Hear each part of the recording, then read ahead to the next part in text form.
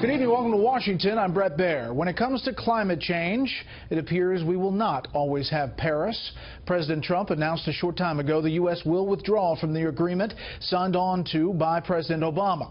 The move crosses off another item from candidate Donald Trump's campaign to-do list. And while the move has its supporters on Capitol Hill, in small business, in big business, in the states most affected, it has also enraged a cross-section of other leaders in politics, business, even religion.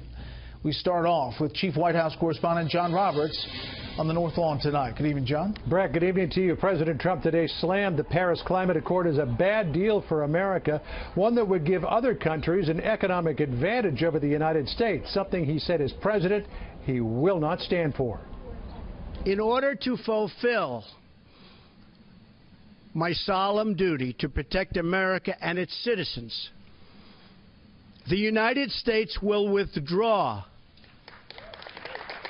from the Paris Climate Accord.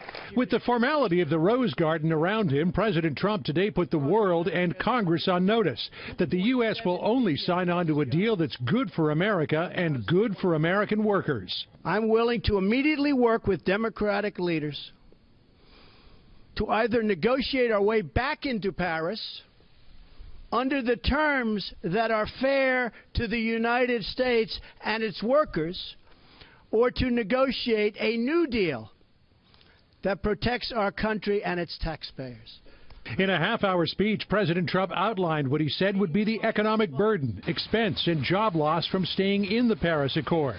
Reaction was swift. SpaceX Tesla CEO Elon Musk, who stands to gain from the subsidies contained in the Paris Agreement, resigned from White House advisory boards, tweeting, quote, "Am departing presidential councils. Climate change is real. Leaving Paris is not good for America or the world."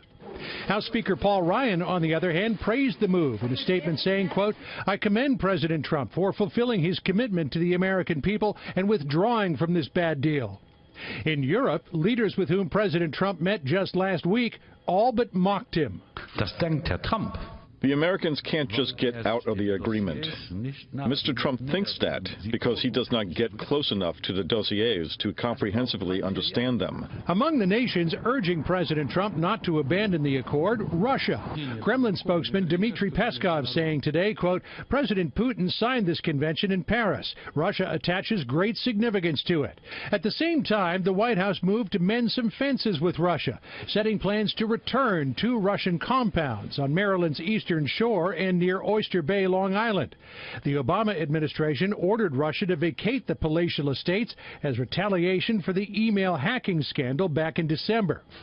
And for the first time today, Russian President Vladimir Putin acknowledged that Russian hackers, whom Putin described as, quote, patriots, may have tried to influence the U.S. election in Donald Trump's favor, though he insisted there was no official government involvement. If they are patriots, they start to contribute their opinions in order to fight against those who speak ill about Russia. Theoretically, it's possible. We don't engage in that on a state level. With his move on the climate accord, President Trump today seemed to invigorate a base that had grown weary of a White House besieged with daily scandals. And the president made no apology for pulling out of the Paris Accord, saying he was elected to represent people in places like Pittsburgh and not Paris. Brett? John Roberts live on the North Lawn. John, thank you.